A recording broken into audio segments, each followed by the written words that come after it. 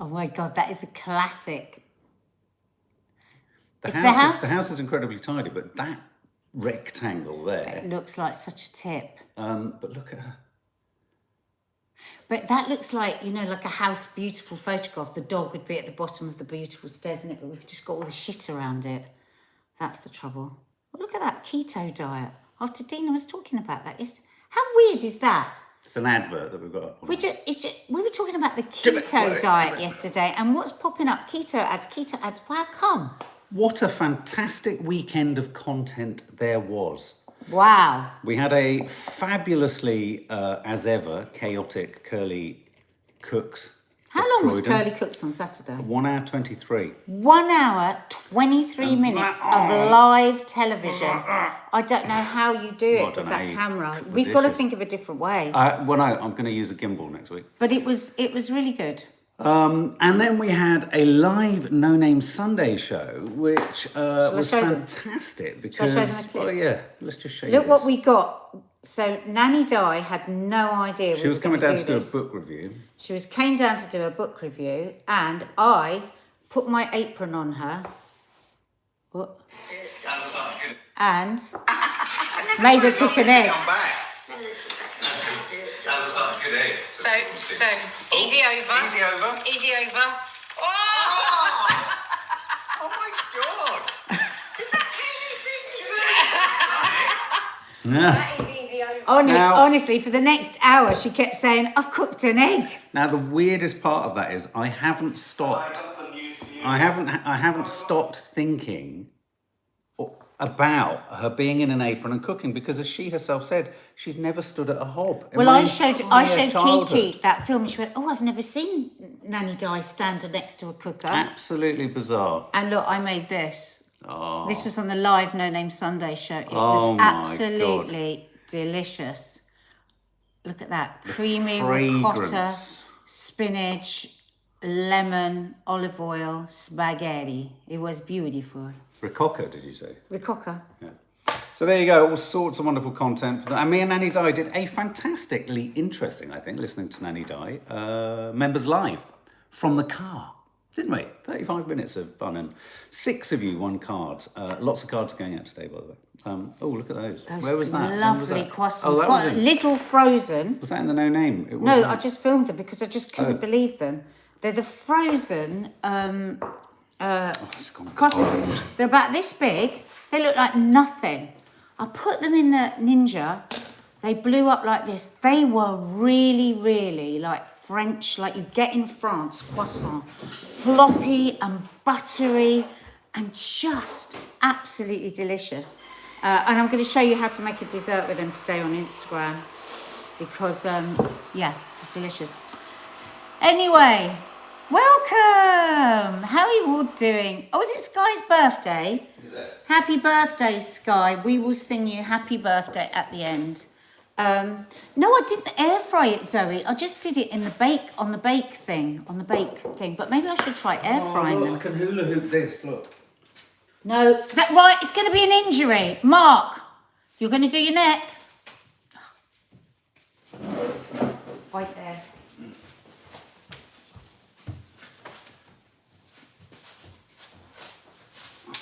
Thing is, I go lower. You go lower. You used to do it at school where you'd then try it on your head and it would fly off into the ether. Oh, ha, ha. Anything you can do, I can do better. Anything you can do, I can do too. Here you come, no you No, can't. you can't. Yes, I can. There you go, try it with that one. That's a weighted hula hoop. I am rubbish. I cannot do hula hoop. I really want to though, because it's so good for you. So sweet what one of the kids made, but it's a little bit rude, isn't it? Oh, that's when they were little. Oh, don't! So little and innocent. Go on.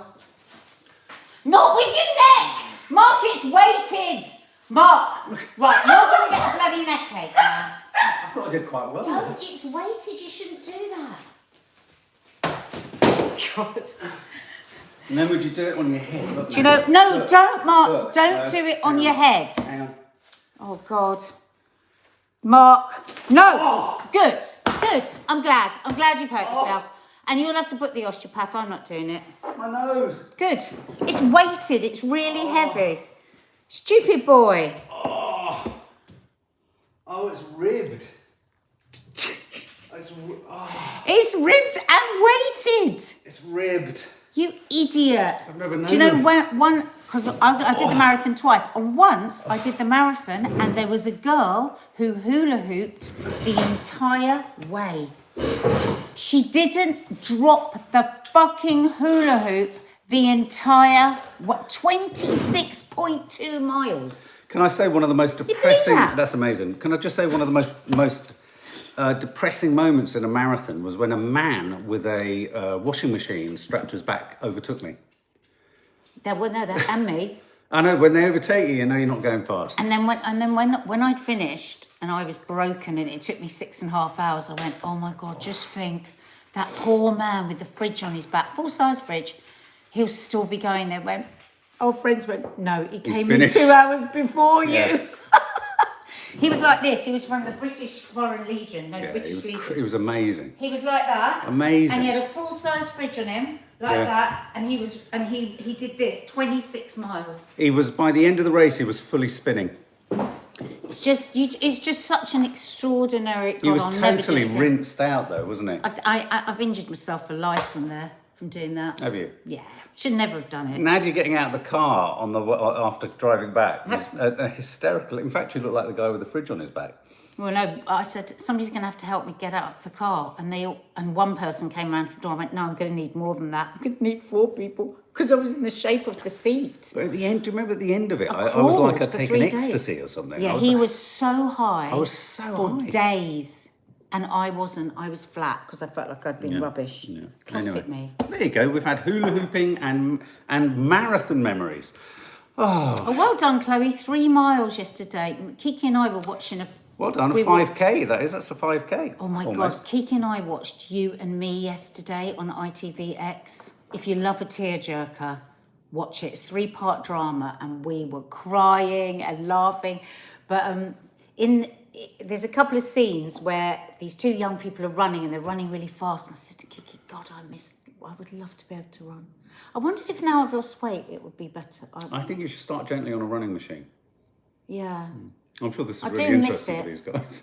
No, somebody just saying that they ran 3 miles and it nearly killed them. Good for you. Make sure you stretch. Nadia, well, they watched You and Me last night. I started watching Beef. I'm going to do a review of that. It's very. Oh, I thought we were going to all watch that together. I've been waiting an eternity, trying to get something on in this house around female It was a viewing. very girly. Isn't It was a very girly Yeah, but watch. generally, yesterday. It was a tearjerker. I've had to whack away. You don't want to watch Succession. I'm desperate I to watch the do. great. I love no, Succession. you're not. I've just It's fallen not- asleep twice. It's not. Every time I've mentioned it, you've said I don't get it, which is you're inferring no. No, I love Succession. It's because I keep falling asleep. She does love it, but she just keeps passing out. So when he says, should we watch the next one? I go, I don't know what happened to the last one. Well, rewatch it. Yeah, okay. Anyway, Beef. You got any beef? Do you remember that film Falling Down with Michael Douglas where he loses his shit in a road rage? Do you remember that? He goes into called McDonald's. Falling Down? Yeah. And I he just goes... thought it was called I've Had Enough. He's got... Thank God you're not in Hollywood making up That titles coffee to smells films. so strong this morning. Oh, sorry. God, it's like I'm pregnant. Hey? Pregnant? Yeah, you know, when you're pregnant, you get really attuned to smells. Great film, Falling Down, Good Ship Lollipop, absolutely. So are we doing maths first? Yeah, so, Right, before we Rishi- go any further, Let wait me- there. No, I just want to play them something. Because Kiki sent me this and I love it. Okay. Right, ready? Well, you can start. This is the story that Rishi Sunak... We've talked about this in the past where he wanted to sort of prioritise maths over other subjects, and I think I lost my shit a little bit about this. So this is what Matt Kiki sent Oh. me. Oh my God, I almost died. I almost died. That was so scary. Thank you. My mum Oh, getting is me that- out what's of my his maths face? exam. Let's have a look. I almost died. Oh my God, I almost died. I almost died. That was so scary. Thank you. Does it? Okay, look. I'm going to ask. Does anyone here have a have or had? Did you have?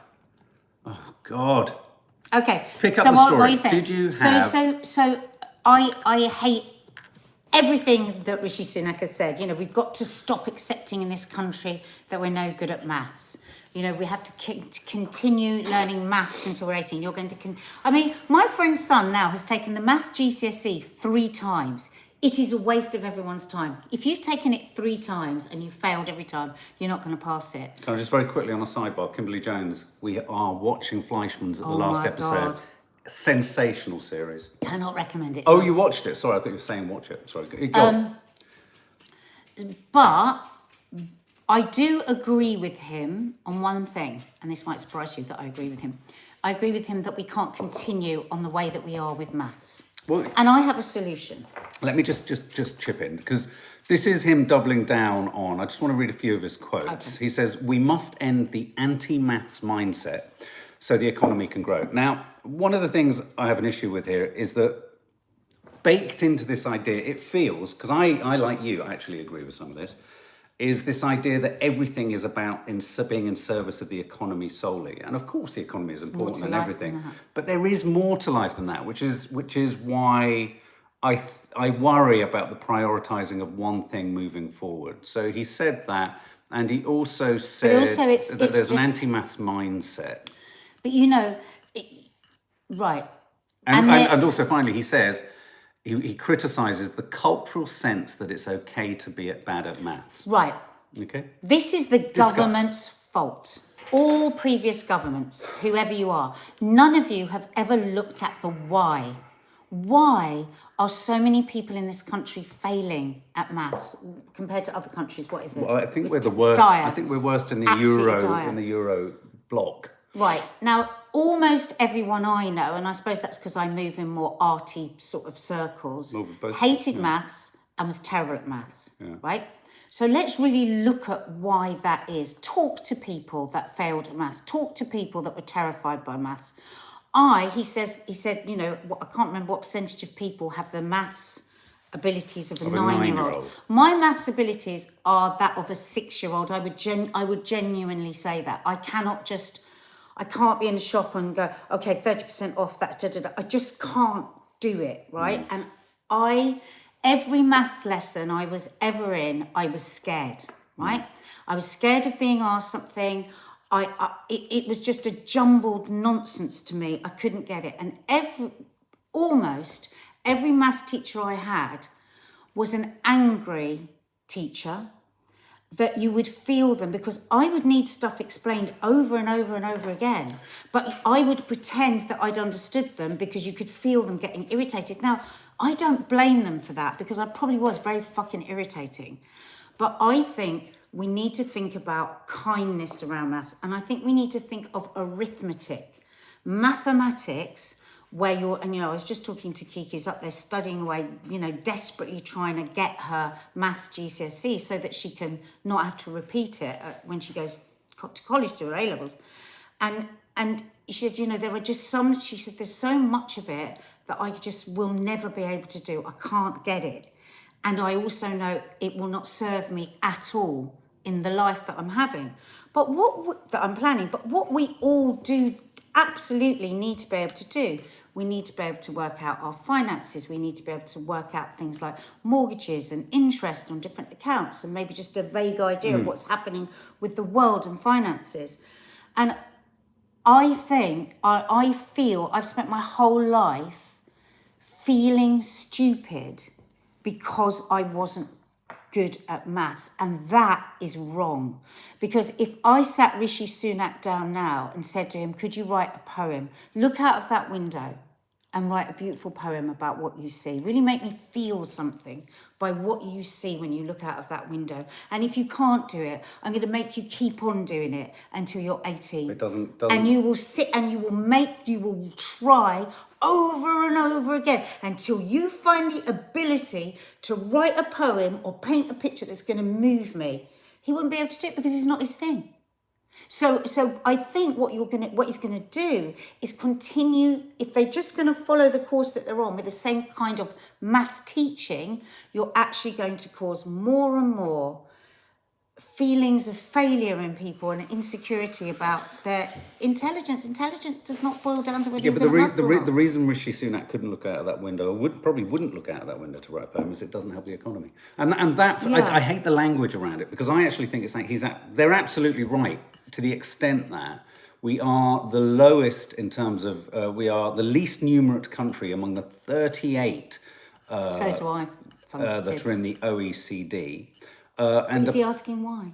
Okay, hang on, let me speak. not. And Downing Street also claims that a third of children fail to pass their GCSE maths, and that more than 8 million adults have numeracy skills beneath those expected of a 9-year-old. Now, like Nadia says, I don't see how, after 13 years of Conservative government, they can't sort of hold themselves responsible. The problem with it is teaching is no longer an attractive career choice. It's just a tough career choice. So if teaching in general is, you can imagine that teaching maths, it must be one of the least attractive prospects for most teachers. I would go so far as to argue that the reason probably most memories of maths teachers are of them being not particularly nice is because they're probably the most stressed teachers in a school, trying to get a totally reluctant sort of student, community through a maths GCSE.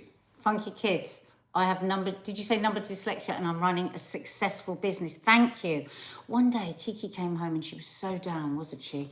And she said she'd had a day of like them saying, you'll fail in life basically if you haven't got your maths GCSE. And we mustn't Maths is say compulsory that. in schools, Angela O'Keefe. It is It is compulsory. And if you don't pass and you're going to college, you have to keep on taking it.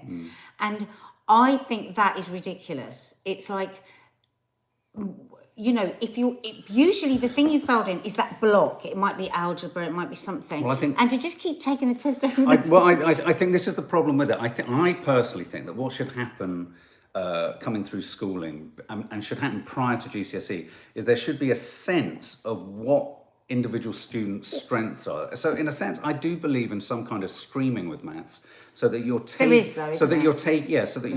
into a route that kind of, but you still end up having to just learn it rather than actually, teachers haven't got the time to adjust their teaching styles to the needs of different kids. Some kids work visually, some kids work in their brain, some kids work audio. In terms of audio priority. So Kiki has the most amazing maths teacher. I mean, he's just been incredible, hasn't he? Lovely, She was really scared of him to go with, and then he was just incredible.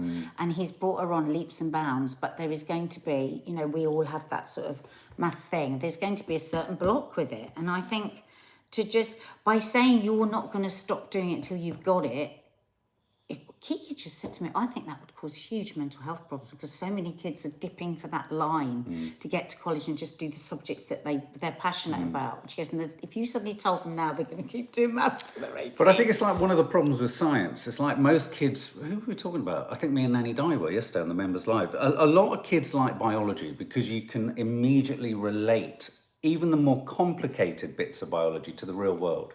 You can relate it to bodies, you can relate it to plants, you can relate it to how life is sustained and all that kind of stuff. And I think that's why biology of the three sciences becomes, not for everyone, but often becomes the favourite, is because there's relatability. And I think one of the problems with maths is relatability. I mean, someone just said that, I don't know who you were, sorry, that they took A-level maths and haven't been asked to use a single thing from it in any aspect of their lives. But now, also, don't get me wrong, there are some people, and we know a couple, who find maths incredibly magical and and the complexities of it and the problem solving of it and all that kind of stuff and how it feeds into physics. And exactly, and I think not everything that we learn has to be used somewhere else. I mean, maybe you must have loved maths in GCSE to do A-level, so you just loved the learning of it, which is just, I mean, you could go and do English literature at university and not actually ever have a job that demands that you have an English literature My nan loved degree, maths. an English literature degree, but just have loved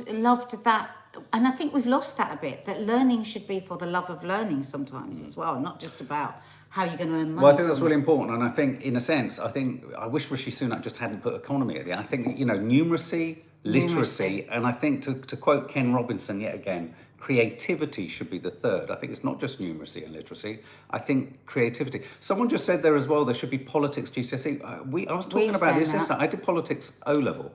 And I think sometimes I find it really easy to slip into this idea that there's a vested interest in not encouraging critical thinking or analysis of what the system is about amongst kids. Because if you do, you're going to have lots of people kind of challenging it. And sometimes I worry that those kind of subjects do get marginalised and aren't prioritised. I think there should be some kind of political education or subject that allows kids to understand what politics is about and how politics can serve Yeah, them. and I don't think it should be another GCSE. I think it should be a lesson. It's like you said, why does everything have to have an exam? That's a good point. Yeah, why does She it? said, why can't we just learn the stuff that's like, like if you're not going to ever pass a GCSE maths, why don't you take the pressure off them and really teach them I've got a the suggestion. numeracy that they need for life to set them up? I've got a suggestion in all subjects. Why can't there be a choice decided by the teachers for different students' abilities? Because some, it's important. Dina, Nadia's sister, often says this. Some kids really work well in an exam condition. Yeah. Why don't we split kids just into two, and you allow some kids to do it by exam, and you allow others to do it by That's the coursework? plan. Future down the road. Well, that is the plan. but I think that should be done across all It's- subjects. You can assess yeah. maths with coursework. You can. It's like I was saying to the girls the other day. Very rarely in life, I mean, obviously you get briefs with deadlines. Very rarely in life, if ever, are you given a brief, whether it be creatively, technically, or whatever, where you have to have achieved from concept to execution to delivery, have to have done it in 2 to 3 hours. It just, But look, that's what it's Lee an said. arbitrary Morning, Lee. system. He said we should be teaching people And inspiring people to want to learn learn. rather than forcing them to remember a set of facts. facts to pass an exam. Now, Lee, you yourself said you're a person that was really good at exams. Like you could just cram it all and then do it. But is that fair compared to the person that's like crunching their brain like over and over and over again, like, and then they're not good in exams and they don't get a pass? Where actually they've shown great fortitude and discipline and all those other things, and yet they're left because they didn't get the tick as feeling a failure. Simple fact, Faith Goodman says there's not enough maths teachers. It's all well and good saying this, but there simply aren't enough maths teachers. And Rhys Roberts, arts and humanities as a subject are constantly undermined and underfunded, yet it has an intrinsic value to the betterment of people's lives all over, especially during times of great struggle. You see, I would disagree with Rishi prioritising maths. I think there's a lack of respect for nearly all subjects. I think Basic I maths, think there's no appreciation of the fact that arts or humanities subjects aren't simply about the subject. People go, well, why do I need to read poetry? I don't ever read poetry again in my life. People proudly say I don't read books. And it's stuff all like right. that. It's all right to say that. Yeah, it's all right to say that, but at the same time, those the skills you learn in terms of, for example, decoding a poem, means that you'll get a greater appreciation of music, of film, of what have you, and then you'll buy that, and that all contributes to And the economy layered too. thinking, layered thinking to look just underneath something. So, But I would anyway, say I that just he's right. I'd say he's right in principle. I would say we need to look at how to be kinder a around good maths point. when Kind we're maths. young. So at a young age, I got scared and I really never stepped out of being scared. And, the more we learn about fear in learning and cortisol, brain floods, can't take it in, I would be like in this state before the maths lesson even started. So there was no chance of me learning anything. Yeah, Southern Belle, totally agree. Without maths, there's no technical skills. This is not about, certain people are drawn to it, other people aren't. Getting people to a higher level, I think, is in all subjects. I think the discussion is about which to prioritise. And I think you if weren't wondering whether we would do this topic today. well, because I felt we'd done it before. But I mean, I also think we need to, if you examine literacy in this country, I think we'd be just as horrified by the statistics. But what we thought we'd do as well, just to turn this a bit on the head, a bit of maths nostalgia. So, Mark, who was your worst maths teacher? Can you remember them? Because you know how I never remember any names, but I remember the names of my maths teachers. Well, no, I didn't. My maths teacher at primary school was the same teacher I had for everything, and I loved him, Mr. Wood. But the one thing I've always hated about maths is it seems to be the subject where they get everyone to put their hands up, and they only pick on the kids that don't put their hands up, which is perverse. Because you haven't put your hand up because you don't know the answer. hated it. Never understood that. When I was at secondary school, I had a teacher called Mr. Lipwick. Who was very quiet, and we had a strange math system. It was the first time they did it in a comprehensive. And I don't know if anyone else had this. You'd have drawers against a wall, and you'd have maths cards in it. Yes. And it allowed all students. So you'd get through a sort of worksheet, and then you'd go to the next one in the drawer. And the teacher would cater for all the students being at different levels. Wow. of those cards. Yeah, I think it worked quite well. Bloody hell. Well, but the thing is, they say we used to have a much better system, but every time... But whatever that card system was, and I've always been trying to remember what it was, it really worked well, because what ended up happening was I would, a competitor, I would end up competing with myself to move through the individual drawers. Kimberly Jones, Mr. Aspland used to throw board rubbers at your head if you got an answer right. Exactly.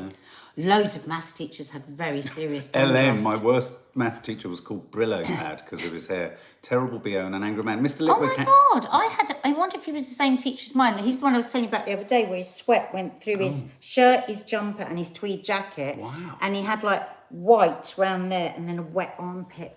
Where the I remember sweat Mr. Litwick having quite smelly breath. And Miss Standish was terrifying. She never moved from her chair, and she'd sit like this, and she'd say, "Bring up your work." Oh God, sounds petrifying. Oh my God, and I'd stand there. And the thing is, I was quite a likeable child at school. Teachers always liked me. I don't really know why, because I'm sure I was a terrible disappointment. But they did they just liked me.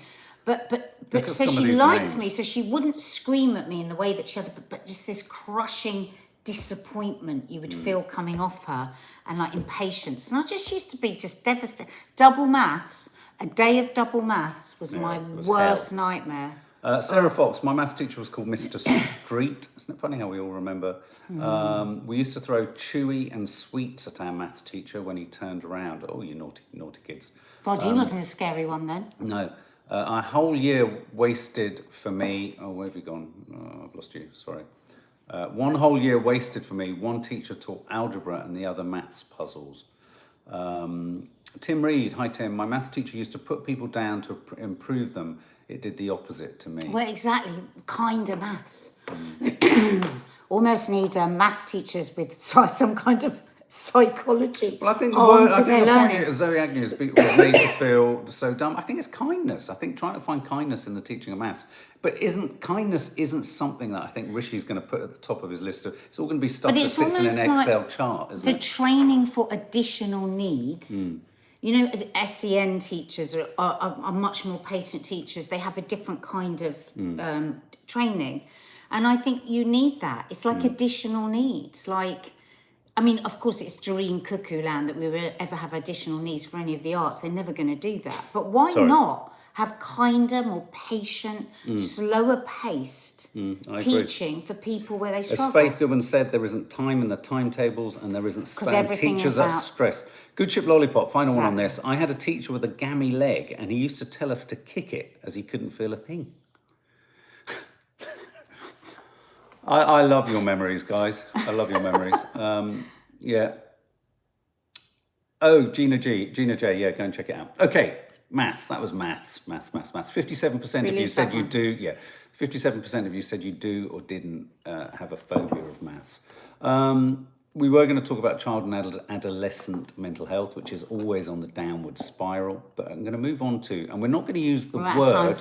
We're not going to use the word to describe what this is, but suffice it to say, this is a pub in Essex that hit the headlines last week, and the police were called in because of them essentially indulging in what was described as a hate crime, because they had racist dolls on display in the ones that used to be on the jam pot. Yeah, absolutely. They're racist caricatures. Their history is that they're based on 18th century minstrels. I think they originated in the deep south of America. And they were caricatures of black people. Seeing them there. Yeah, that was a sight we used to see all the time. Well, when you think about it. Yeah, I didn't so much, but I remember seeing it on the Marmalade. The jam pots. jar and all. And the jam shows. Jars. The shows. Well, interestingly, many years ago, I think your mum was taking one of the girls for a cranial or something like that. And I remember walking in and dropping them off, and there was, at the front door, there was a kind of butler made of wood with a tray, and the butler's face was in a similar minstrel style as this. The story around this is, and I was picking some of it up on the radio over the weekend. I was shocked and surprised by how many people were saying it's not a crime, it's not offensive, it's a sort of moment in history. There is an affectionate thing that you're entitled to, innocent thing. But that will be a white person saying that because they haven't had the experience of what that feels like. I mean, just, you know what? Just try and put yourself in another They weren't shoes. hidden, Emma. They were on full display within the pub. You know, just try and put yourself in the other person's shoes and how that might feel and the connotations that come with that. And I mean, I don't know because I know nothing of these people. I know nothing of this pub. They may, I think, hate crime is such a explosive thing, isn't it? Hate crime. Whereas these people may just not have put themselves in the other person's shoes and thought how it might feel, rather than a hate crime. And I think when it's used, people find it so over the top, those two words, don't they? But actually, for the person who that's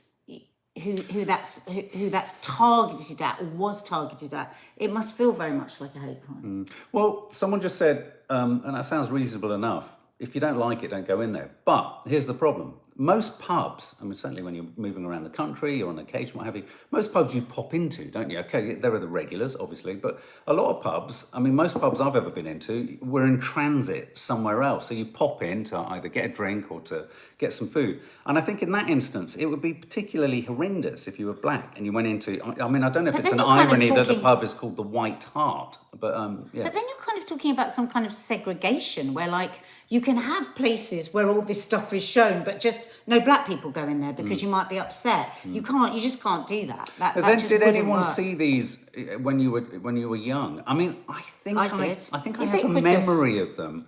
For example, I think I have a memory of them when my nan and granddad used to take me to Blackpool in the summer, Cleveland. I seem to remember on a lot of the postcards, you know those postcards where you get saucy postcards, which as a teenage kid, they were kind of exciting, or as a young kid. But I seem to remember seeing them on those postcards, which seem to be, those postcards, you know, the rude postcards, seem to be permission to be racist, sexist and Oh, I everything. hate them. I'll read that one up. Let me just see that. Where is it?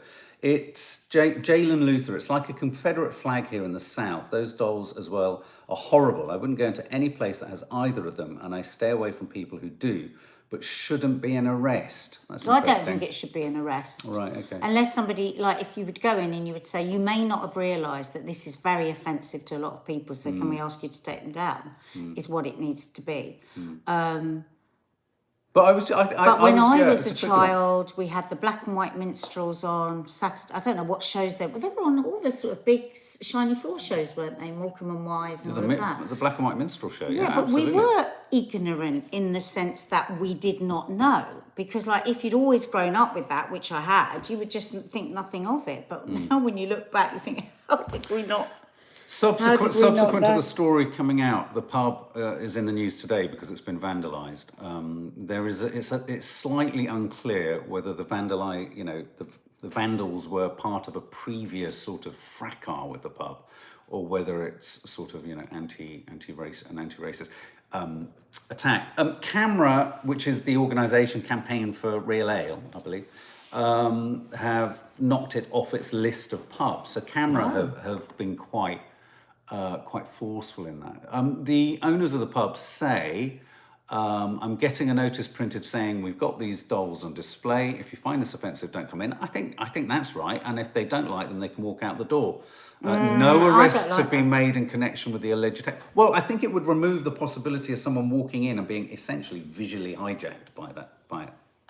But why is it so important to keep those up? Well, I agree. I mean, personally, I agree. You know, of course I do. But a lot of people are saying it's not. It shouldn't be classed as a hate crime. I think that was the debate going on the radio. I think that's probably the thing. And maybe these people that own the pub feel very offended by that because they didn't feel it was a hate crime. And, you know, you can dig in deeper, can't you? If you feel like you've been attacked, you might go, well, I'm keeping them up. I can understand that. But I would hope that down the line they would just have a bit of a think about it and go, well, yeah, I suppose that would be offensive to some people. Reese Roberts, it's deeply wrong and offensive. The problem is, and this is a really important point, the problem is people disguise their level of ignorance with regards to issues like this. And as black people, we always have to decipher the intention. Once again, put very, very, very brilliantly.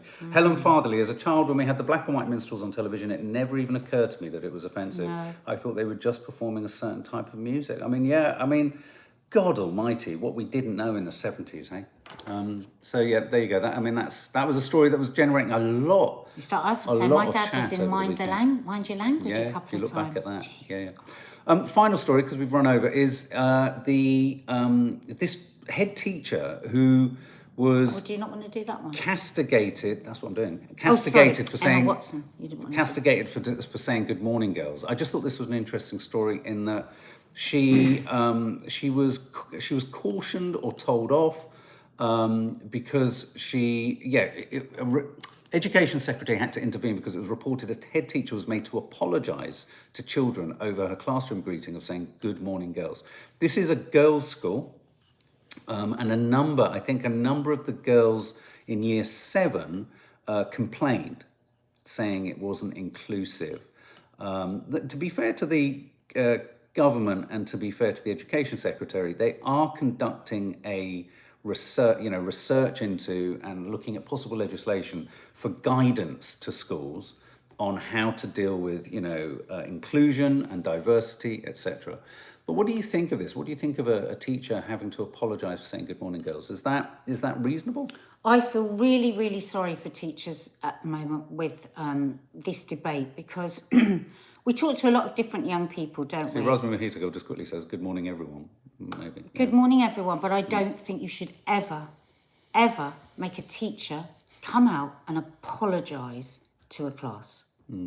How does she then have that respect? Or the authority, I suppose. The authority. Yeah. And, there is a lot of abuse within schools. There's a lot of kids I saw a piece about who that are taking the piss, right? And they're using it as a way, like some really lovely teachers that they might say something wrong and then it starts to whip round a WhatsApp group with the kids. It's almost like a bullying thing. I don't think the teacher should have been made to apologise. I don't think she went out that morning and intended to upset and hurt people.